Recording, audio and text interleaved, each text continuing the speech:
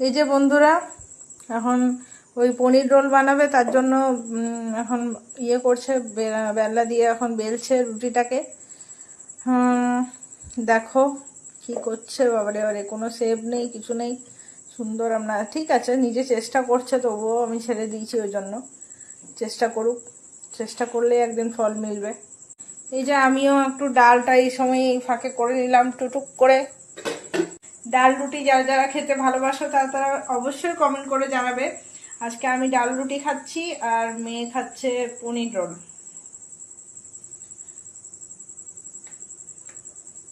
এই দেখুন বন্ধুরা, ওটাকে নিয়ে খেলছে, দেখছেন?